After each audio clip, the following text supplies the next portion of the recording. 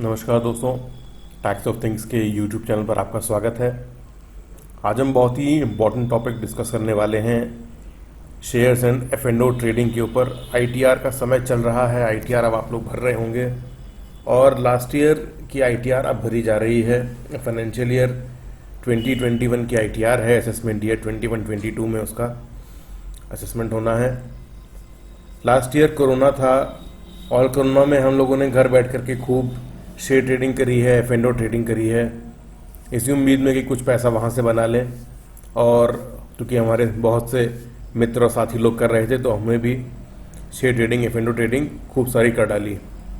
अब मुद्दा आता है कि कर तो डाली हमने शेयर ट्रेडिंग, मगर उसका जो प्रॉफिट है या लॉस है उसको हम अपनी ITR में दिखाएं कि ना दिखाएं, और दिखाना है तो कैसे दिखाना है, उसमें क्या होना है।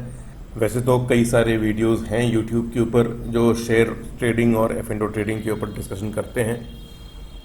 कई वीडियो मैंने भी देखे, मगर मुझे एक ज़रूरत हुई कि मैं भी एक अपना वीडियो बनाऊं, क्योंकि थोड़ी सी कंसेप्चुअल क्लैरिटी वहाँ पर मुझे नहीं मिली। और उसके बाद एक लेमैन के लिए सेक्शनों का हौच पौच, काफ़ी सारे सेक्शनों की लिंकिंग है, तो एक लेमैन के लिए सेक्शनों का हौच पौच वगैरह समझना थोड़ा सा टेक्निकल था। तो मैं समझता हूँ कि मेरा वीडियो आपको उन परेशानियों से दूर करेगा और आपको एक कंसेप्चुअल क्लैरिटी देगा कि क्या होना है। चलिए वीडियो में अंत तक बने रहिएगा। बहुत ज़्यादा लंबा नहीं होगा वीडियो, इन्फॉर्मेटिव होगा। और चैनल को अब तक अगर आपने सब्सक्राइब नहीं किया है तो सब्सक्राइब कर लीजिए। हम अपनी इस चैनल पे इनकम टैक्स और GST को लेकर के नए अपडेट्स और लॉस को एनालाइज करते हैं, उनको डिस्कस करते हैं, आप तक पहुंचाते हैं। चलिए बात शुरू करते हैं। आपके सामने मैंने तो एक टेम्पलेट बना रखा है शेयर्स एंड F&O ट्रेडिंग का। आपको यहाँ से प्रॉफिट भी हो सकता है और लॉस भी हो सकता है, जैसा हम सब जानते हैं। सबसे पहली बात जो आती है कि शेयर ट्रेडिंग को आप कहाँ दिखाएं अपनी ITR के अंदर। तो मैं आपको बता दूं कि शेयर ट्रेडिंग कैपिटल गेन में भी जा सकता है और PGBP यानी बिजनेस इनकम में भी जा सकता है। आप कहेंगे सर ऐसा क्यों, ये आपने तो दो जगह बता रखी है। बिल्कुल जी, बिल्कुल। कैपिटल गेन में आप तब लेकर के जाएंगे शेयर ट्रेडिंग को जब आप बहुत ज़्यादा वॉल्यूम में ट्रेडिंग नहीं करते हैं, क्वांटिटी में ट्रेडिंग नहीं करते हैं, आप रोज़ बैठ करके ट्रेडिंग नहीं करते हैं। मतलब आपने आज शेयर्स खरीद लिए, उसको आपने रख दिए, आपने उसको अगले महीने एक ही लॉट में उठा करके बेच दिया, फिर आपके पास पैसा आ गया, आपने फिर खरीदा, आप 3-4 महीने बैठे रह गए, आपने प्राइस का अच्छे का वेट किया और उसके बाद आपने फिर बेचा। तो ये तो आपका जाएगा कैपिटल गेन के अंदर, क्योंकि आप रोज़ बैठ करके डीलिंग नहीं कर रहे। जो रोज़ बैठ करके डीलिंग करते हैं उनको ट्रेडिंग बोलते हैं। जब आप ट्रेडिंग करेंगे तो आप आ जाएंगे बिजनेस के अंदर। यहाँ पर आप ट्रेडिंग कर रहे होंगे और एक सेक्शन है और ये जो ट्रेडिंग आप करेंगे इसको स्पेक्युलेटिव इनकम बोला गया है इनकम टैक्स में। जब आप F&O ट्रेडिंग करेंगे तो F&O ट्रेडिंग के अंदर आप केवल PGBP में ही दिखाएंगे इसको, क्योंकि सेक्शन 43(5) ऐसे ट्रांजैक्शंस जो कि फ्यूचर्स एंड ऑप्शंस के होते हैं उनको वो नॉन स्पेक्युलेटिव में क्लासीफाई कर देता है कि ये नॉन स्पेक्युलेटिव ट्रांजैक्शंस हैं। शेयर ट्रेडिंग आपका स्पेक्युलेटिव ट्रांजैक्शन है। स्पेक्युलेटिव ट्रांजैक्शन का मतलब कि ये सेपरेटली आपको इसका प्रॉफिट एंड लॉस बनाना पड़ेगा। आप जो नॉर्मल बिजनेस करते होंगे या आप अगर सैलरी क्लास भी होंगे तो भी आपकी ITR में ये सेपरेटली ही जाएगा PGBP के अंदर, मगर सेपरेटली जाएगा स्पेक्युलेटिव बिजनेस के अंदर। ये स्पेक्युलेटिव बिजनेस नॉर्मल बिजनेस नहीं होता और ये जो इसमें लॉसेस वगैरह होंगे ये 4 ईयर्स तक कैरी फॉरवर्ड ही होते हैं और इनके लॉसेस, स्पेक्युलेटिव के लॉसेस केवल स्पेक्युलेटिव के गेन से ही कवर हो पाएंगे। F&O की बात करें तो ये नॉन स्पेक्युलेटिव होता है। नॉर्मल बिजनेस में भी इसका लॉस सेट ऑफ हो जाएगा। 8 ईयर्स तक ये कैरी फॉरवर्ड होते हैं। सेक्शन 43(5) कहता है कि ऐसे PGBP में आप इसको लेकर के जाएंगे जो कि ये नॉन स्पेक्युलेटिव है और F&O है। चलिए बात आपको समझ में आ गई होगी कि F&O और शेयर ट्रेडिंग को हमें कैसे ट्रीटमेंट करना है। एक छोटा सा कंसेप्ट और है बुक्स ऑफ अकाउंट्स का। हम भी समझ लेते हैं कि बुक्स ऑफ अकाउंट्स हमें कब मेंटेन करनी है। यदि आपका प्रॉफिट 1,20,000 रुपये से ऊपर है तो आपको बुक्स ऑफ अकाउंट्स मेंटेन करनी है। यदि आपका टर्नओवर 10 लाख रुपए साल से ज़्यादा है तो आपको बुक्स ऑफ अकाउंट्स मेंटेन करनी है। बुक्स ऑफ अकाउंट्स मेंटेन करना, अपनी आईटीआर में एफ&ओ ट्रेडिंग या शेयर ट्रेडिंग की इनकम को दिखाना और टैक्स ऑडिट के प्रोविजंस को लगना, ये तीनों अलग अलग बातें हैं। इनको एक ही बात मत समझ लीजिएगा, ये तीनों अलग अलग बातें हैं, इनको हम अलग अलग एनालाइज करेंगे। अगला पॉइंट है टैक्स ऑडिट का। टैक्स ऑडिट के अंदर दो अलग अलग सेक्शंस हैं। Section 44A normal tax audit का सेक्शन है जो कहता है कि आपकी लिमिट अगर आपका जो टर्नओवर अगर 1 करोड़ रुपए तक है तो आप अपना टैक्स ऑडिट करा लीजिए। सेक्शन 44AD भी है एक टैक्स ऑडिट के लिए। यहाँ पर आपको एक छोटी सी छूट मिलती है। अगर आप 1 करोड़ का टर्नओवर आप 1 करोड़ से ज़्यादा है, 2 करोड़ से कम है और आप चाहते हैं कि आप टैक्स ऑडिट ना कराएं तो आप 8% प्रॉफिट डिक्लेयर कर लीजिए और आप टैक्स ऑडिट से बाहर हो जाएंगे। इसका मतलब कि अगर आपका टर्नओवर 2 करोड़ रुपए तक का है और आप तब भी आपके पास एक ऑप्शन है कि आप 8% डिक्लेयर कर दीजिए और टैक्स ऑडिट से बच जाइए। अगर आप 8% से कम प्रॉफिट डिक्लेयर करना चाहते हैं तो फिर आपको टैक्स ऑडिट करा लेना है, ये वाला। चलिए, सेक्शन 44AD प्रिजम्पटिव का सेक्शन है और प्रिजम्पटिव का मतलब कि यहाँ पर आपको 8% प्रॉफिट डिक्लेयर करना ही करना है अपनी इनकम्स के ऊपर। इस 2 करोड़ की लिमिट को बढ़ाया गया है।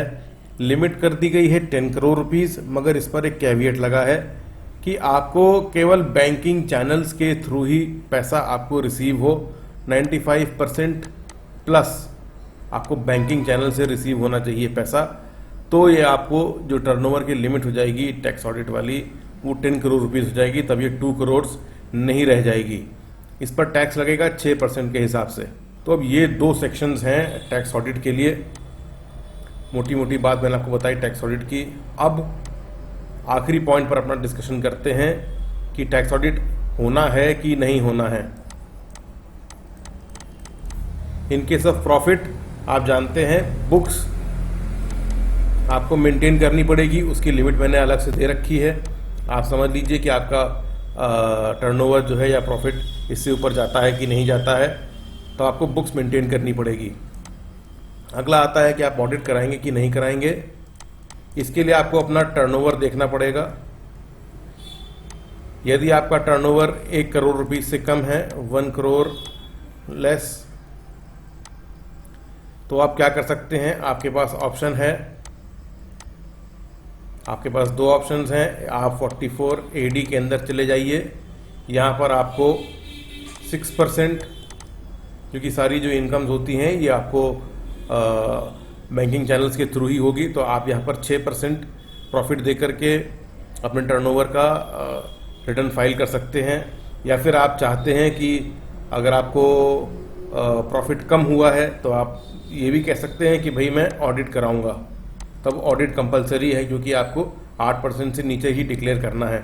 वैसे तो 44AD की लिमिट 8% की है, मगर बैंकिंग चैनल्स के लिए इसकी लिमिट को कम किया गया है, वो 6% हो जाती है।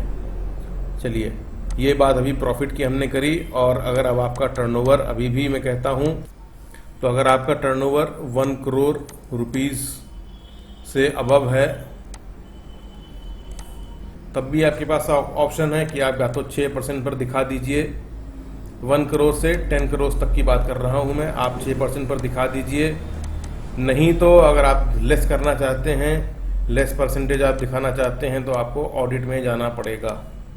चलिए, और जब आपको लॉस होता है तो लॉस में थोड़े से प्रोविजंस बदल जाते हैं। लॉस इतनी सीधे तरीके से नहीं चलता। लॉस के लिए एक प्रोविजन अलग है, ये है सेक्शन 44AD ही, मगर इसका एक सब सेक्शन कहता है कि लॉस एज अ लॉस आप तभी दिखा सकते हैं जब आपकी total income does not exceed the maximum amount chargeable to tax, that is 2.5 lakh रुपए फॉर नॉर्मल, और ये सीनियर सिटीजन्स के लिए 3 लाख रुपया। तो लॉस को एज अ लॉस आप तभी दिखा सकते हैं जब आपकी total income does not exceed the maximum amount chargeable to tax. आपकी टोटल इनकम 2.5 लाख रुपए या 3 लाख रुपए से कम है, तभी आप लॉस को एज अ लॉस दिखा सकते हो। इसको हम 2 सिनेरियो से कवर करते हैं। मान लीजिए आपकी टोटल इनकम 0 रुपीज़ है, एफ&ओ लॉस आपको 1 लाख रुपए का है, तो आपको यहाँ बगैर ऑडिट के भी 1 लाख रुपए आप दिखा सकते हैं। बस आपको यहाँ पर डिपेंड करना है, ये देखना है आपको कि आपने बुक्स ऑफ अकाउंट्स वाले क्लॉज में आप जाते हो कि नहीं जाते हो। अगर आप बुक्स ऑफ अकाउंट्स के क्लॉज में नहीं जाते हो तो कोई इशू नहीं है। अगर आप जाते हो तो आपको प्रॉफिट लॉस बैलेंस शीट बनाना पड़ेगा।